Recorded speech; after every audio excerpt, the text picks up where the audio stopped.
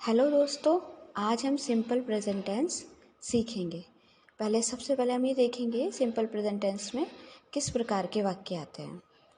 जो कार्य भूतकाल में भी होता था, वर्तमान काल में भी हो रहा है तथा भविष्य काल में भी होगा, ऐसे वाक्यों में सिंपल प्रेजेंट टेंस का प्रयोग करते हैं।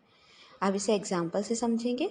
आई go to school daily, my grandmother goes to temple daily, I bath daily, sun rises in the east. मतलब किस प्रकार के वाक्य जो भूत में भी होते हैं, वर्तमान में भी होते हैं और भविष्य में भी होते हैं।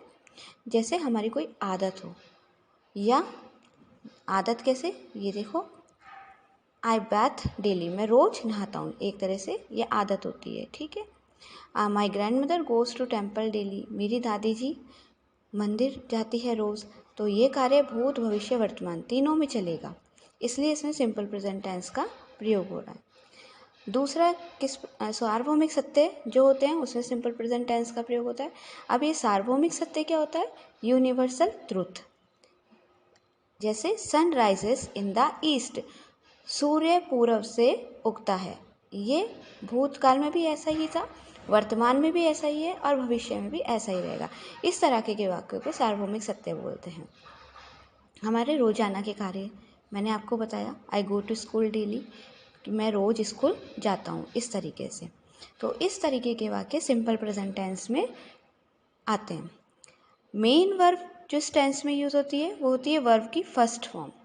अगर सब्जेक्ट सिंगुलर है तो वर्ब की फर्स्ट फॉर्म के साथ एस और ई एस लगता है। अब हम ये देख लेंगे एस और ई एस कब लगता है।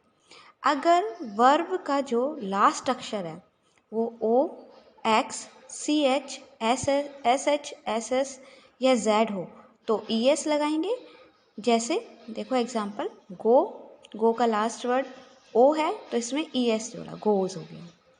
पास, पासेस, वॉच, वॉचेस। लेकिन ये जब होता है जब सिंगुलर सब्जेक्ट हो तब वर्ब में एस और ई एस लगता है। अब ई एस आपने देख लिया कि कहाँ लगता है, जब वर्ब का लास्ट अक्षर O, X, C H, S S, Z हो तो ई एस लगेगा।